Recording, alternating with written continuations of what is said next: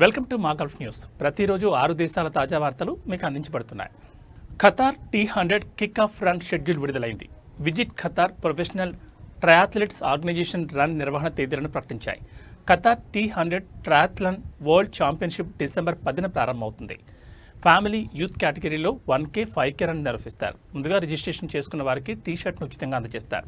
రన్లో విజేతగా నిలిచిన వారికి మెడల్స్ అందిస్తారు. చివరిగా డ్రోన్ షో ఉంటుందని నిర్వాహకులు తెలిపారు. డిసెంబర్ 1 నుంచి 18 వరకు జరిగే ఫిఫా అరబ్ కప్ ఖతార్ కోసం దోహాకు వచ్చే ఆయా దేశాల ఫుట్బాల్ అభిమానులు కూడా ఈ రన్లో పాల్గొనాలని ఆహ్వానించారు. ఆయా జట్ల అభిమానులు తమ జాతీయ రంగులను ధరించి రన్లో పాల్గొనడం ద్వారా తమ జట్లకు మద్దతు తెలపాలని సూచించారు. Qatar T100 kick off run December 10న ఖతార్ T100 కిక్ ఆఫ్ రన్తో సహా లుసైల్లో 4 రోజుల ట్రయాథ్లాన్ ఫెస్టివల్ ప్రారంభమవుతాయి. డిసెంబర్ 11న లుసైల్ ప్లాజాలో ఈవెంట్ మరియు ఫ్యాన్ విలేజ్ ప్రారంభమవుతుంది.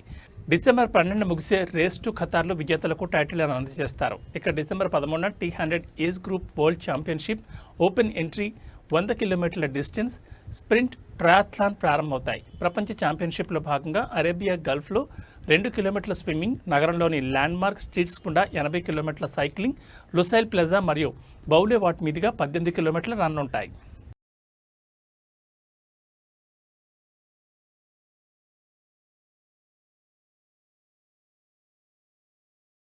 బహ్రెయిన్లో డ్రగ్స్ నిర్మూలనకు కఠిన చర్యలు తీసుకుంటున్నట్లు అంతర్గత మంత్రిత్వ శాఖ ప్రకటించింది. డ్రగ్స్ రవాణాకు పాల్పడుతున్న వివిధ దేశాలకు చెందిన 19 మంది వ్యక్తులను general directorate of criminal investigation and forensic సైన్స్లోని యాంటీ నార్కోటిక్స్ డైరెక్టరేట్ అరెస్ట్ చేసిందని తెలిపింది.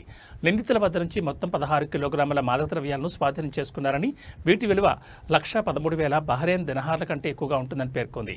నమోదైన కేసులను పబ్లిక్ ప్రాసిక్యూషన్కు సూచించినట్లు వెల్లడించింది. మాదక ద్రవ్యాల అక్రమ రవాణా లేదా ప్రమోషన్కు సంబంధించిన ఏదైనా సమాచారాన్ని హాట్లైన్ 996 ద్వారా లేదా ఈమెయిల్ ప్రొటెక్టెడ్ కో ఈమెయిల్ ద్వారా తెలియచేయాలని కోరారు.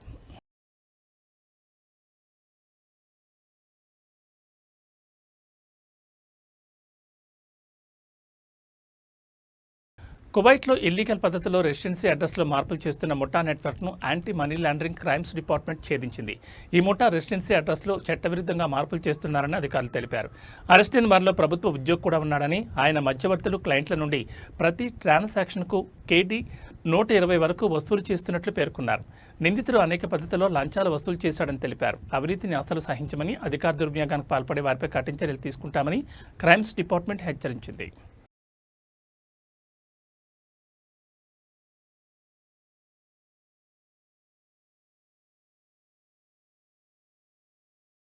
అమెరికా H1B వీసా రుసుము పెంపు నిర్ణయంతో UAE గోల్డెన్ వీసాతో పాటు ఫ్రీలాన్స్ వీసా మరియు రిమోట్ వర్క్ వీసాలకు డిమాండ్ పెరుగుతోంది. అమెరికా నుంచి UAE గోల్డెన్ వీసా గురించిన ఎంక్వైరీలు పెరిగాయని ఇమిగ్రేషన్ కన్సల్టెంట్ గౌరవ్ కేస్వాని పేర్కొన్నారు. H1B మరియు గ్రీన్ కార్డ్ హోల్డర్లను అధిక H1B వీసా రుసుము షాక్కు గురిచేసిందని, దీంతో వారు UAEలో గోల్డెన్ వీసాలను పొందేందుకు ఆసక్తి చూపుతున్నారని తెలిపారు. UAE ప్రవాస భారతీయులకు ఆకర్షణీయమైన దేశంగా ఉందని, అమెరికాలో ఉన్న జీవన శైలి, ఆర్థిక వ్యవస్థను పోలి ఉంటుందని అన్నారు. దీంతో UAEకి వచ్చేందుకు భారతీయ నిపుణులు ఎక్కువగా ఆసక్తి చూపుతున్నారని తెలిపారు. నైపుణ్యం కలిగిన నిపుణులు, పెట్టుబడిదారులకు UAE ఒక ఆకర్షణీయమైన దేశంగా ఎంపికలో తొలివరుసలో ఉందన్నారు. ఇతర దేశాల్లో రెసిడెన్సీ బై ఇన్వెస్ట్మెంట్ మరియు రిమోట్ వర్క్ ప్రోగ్రాంలు ఉన్నప్పటికీ ఈ విషయంలో UAE ప్రత్యేకంగా నిలుస్తుందని వెల్లడించారు.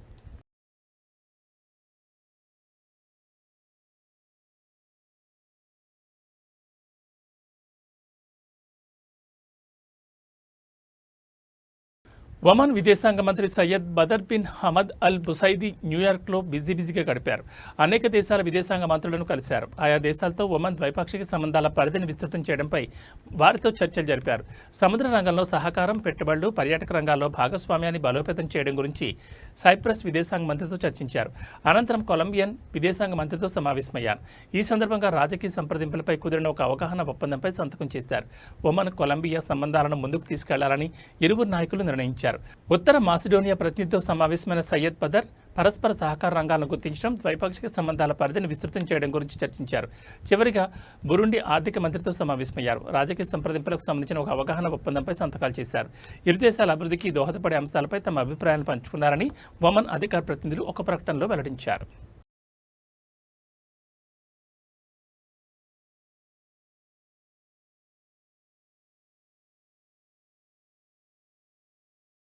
మక్కాలోని గ్రాండ్ మసీదు, మదీనాలో సౌదీ అరేబియా దివంగత grand mufti Sheikh Abdul Aziz Al Sheikh అంత్యక్రియలకు ముందు నిర్వహించే అజర్ ప్రార్థనలు నిర్వహించారు. ఈ ప్రార్థనలో Madina Emir Prince Salman bin సుల్తాన్తో పాటు అనేక మంది ప్రాంతీయ ఎమిర్లు, డిప్యూటీ ఎమిర్లు, గవర్నర్లు, సీనియర్ అధికారులు పాల్గొన్నారు. ఈ సందర్భంగా వారు ఇస్లామిక్ అరబ్ ప్రపంచానికి ఆయన చేసిన సేవలను స్మరించుకున్నారు. Saudi grand mufti Sheikh Abdul Aziz Al Sheikh మృతి పట్ల గల్ఫ్ కోఆపరేషన్ కౌన్సిల్ దేశాల రూలర్స్, పవిత్ర మసీదుల సంరక్షకుడు రాజు సల్మాన్కు తమ సంతాపాన్ని తెలియజేశారు. గ్రాండ్ ముఫ్తీ ఆత్మకు శాంతి కలగాలని ప్రార్థించారు.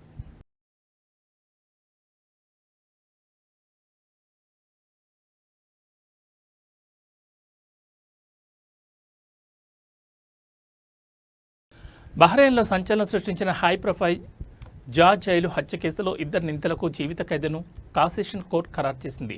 జీవిత ఖైదు అనుభవిస్తున్న సమయంలో మరణించిన తర్వాత 3వ అప్పీల్దారుడిపై ఉన్న అభియోగాలను ఈ సందర్భంగా కోర్టు కొట్టివేసింది. ఈ కేసు అక్టోబర్ 2023లో జా రిహాబిలిటేషన్ అండ్ రిఫార్మ్ సెంటర్లో నమోదైంది. 4 ఖైదీలు మరో ఖైదీపై ప్రాణాంతకంగా దాడికి పాల్పడ్డారు.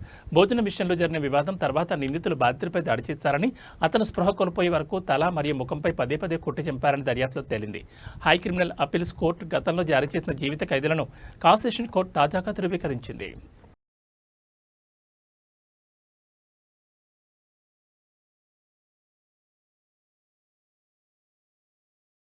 మాల్ ఆఫ్ ది ఎమిరేట్స్ సమీపంలోని అల్ బర్షా ప్రాంతంలోని 14 అంతస్తుల నివాస భవనంలో మంగళవారం మధ్యాహ్నం అగ్ని ప్రమాదం జరిగింది. సమాచారం అందుకున్న దుబాయ్ సివిల్ డిఫెన్స్ 6 నిమిషాల్లోనే ఘటనా స్థలానికి చేరుకుని మంటలను అదుపులోకి తీసుకొచ్చారు. ఈ ప్రమాదంలో ఎటువంటి ప్రాణ నష్టం జరగలేదని అధికారులు తెలిపారు. నివాసితులను సురక్షితంగా ఖాళీ చేయించినట్లు పేర్కొన్నారు. కాగా దుబాయ్ సివిల్ డిఫెన్స్ మంటలను అదుపు చేయడంలో సహాయపడడానికి దాని అధునాతన షాహీన్ డ్రోన్లను మోహరించింది. 200 మీటర్ల ఎత్తు వరకు ఉన్న ఎత్తైన ప్రదేశాల అత్యవసర పరిస్థితుల కోసం ప్రత్యేకంగా రూపొందించబడిన ఈ డ్రోన్లు 1200 లీటర్ల ట్యాంకును కలిగి ఉంటాయి. డ్రోన్లు అందించిన వైమానిక సహాయం అగ్నిమాపక సిబ్బంది మంటలను మరింత సమర్థవంతంగా అదుపు చేయడానికి మంటలను వ్యాప్తి చెందకుండా తగ్గించిందని అధికారులు తెలిపారు. అయితే మొదటగా 4వ అంతస్తు నుండి పొగ వెలువడినట్లు ప్రత్యక్ష సాక్షులు తెలిపారు. మధ్యాహ్నం 2:15 ప్రాంతంలో అగ్ని ప్రమాదం జరిగిందని, తనకు ఫోన్ వచ్చిందని, పొరుగువారి సహాయంతో సురక్షితంగా కిందకు వచ్చినట్లు 10వ అంతస్తులో నివసిస్తున్న సహార్ తన అనుభవాన్ని తెలిపారు. కాగా ఇదే ప్రాంతంలో ఇటీవల నెలలో పలు అగ్ని ప్రమాదాలు జరిగాయి. మే 13న గ్యాస్ లీక్ కావడంతో సమీపంలోని 13 అంతస్తుల అల్ జరూని భవనంలో మంటలు చెలరేగాయి.